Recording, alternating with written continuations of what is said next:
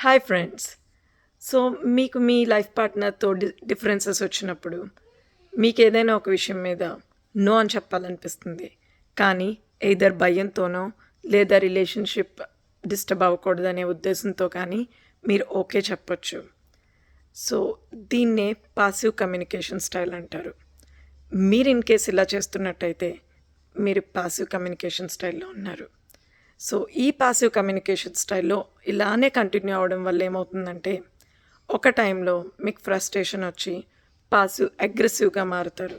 అంటే ఆ పనిని నో అని బయటికి చెప్పలేకపోతారు భయం వల్ల.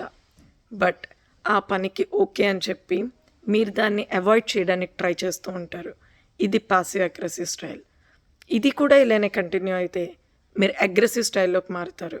అంటే ఖచ్చితంగా నో అని చాలా కోపంగా, చాలా స్ట్రెస్‌ఫుల్‌గా చెప్తారు. ఇది చాలా హెల్తీ వేనే కాదు, చాలా స్ట్రెస్ తీసుకుంటారు.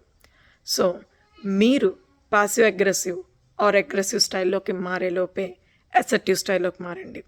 అసర్టివ్ స్టైల్ అంటే మీరు ఆపోజిట్ పర్సన్‌కి వాల్యూ ఇస్తారు. అట్ ద సేమ్ టైమ్ మీకు మీరు వాల్యూ ఇచ్చుకుంటారు. పాసివ్ స్టైల్ అంటేనే మీరు ఆపోజిట్ పర్సన్‌కి చాలా వాల్యూ ఇస్తారు. More than he or she deserves. But ఈ అసర్టివ్ స్టైల్‌లో మీరు ఆపోజిట్ పర్సన్‌కి ఇంపార్టెన్స్ ఇస్తారు, రెస్పెక్ట్ ఇస్తారు. అట్ ద సేమ్ టైమ్ మీకు మీరు సెల్ఫ్ రెస్పెక్ట్ ఇచ్చుకుంటారు. సో, దీన్ని ఎలా ప్రాక్టీస్ చేయడం అని ఆలోచిస్తున్నారా? అసర్టివ్ స్టైల్‌గా మారడం అనేది చాలా కష్టం. ఎందుకంటే మీ పార్ట్నర్ ఇప్పటివరకు మిమ్మల్ని ఒక పాసివ్ స్టైల్‌గానే చూసారు. ఆల్ ఆఫ్ ఎ సడెన్ మీరు అగ్రెసివ్‌గా మారినా, అసర్టివ్‌గా మారినా సరే, అది చాలా స్ట్రెస్‌ఫుల్‌గా అనిపిస్తది ఆపోజిట్ పర్సన్‌కి. సో, స్లోగా దీన్ని ప్రాక్టీస్ చేయండి.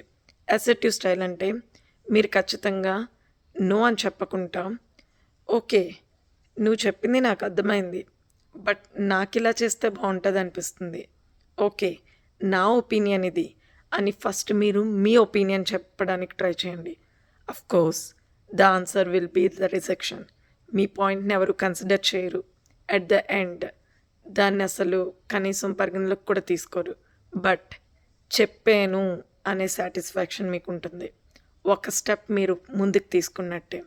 ఎప్పుడైతే మీరు ఈ అసర్టివ్ స్టైల్‌ని ప్రాక్టీస్ చేస్తారో, ఆఫ్టర్ సమ్ టైమ్ మీరు మీ ఒపీనియన్‌ని చెప్పడమే కాకుండా at one point you will reach where you will stop forcing being forced by others.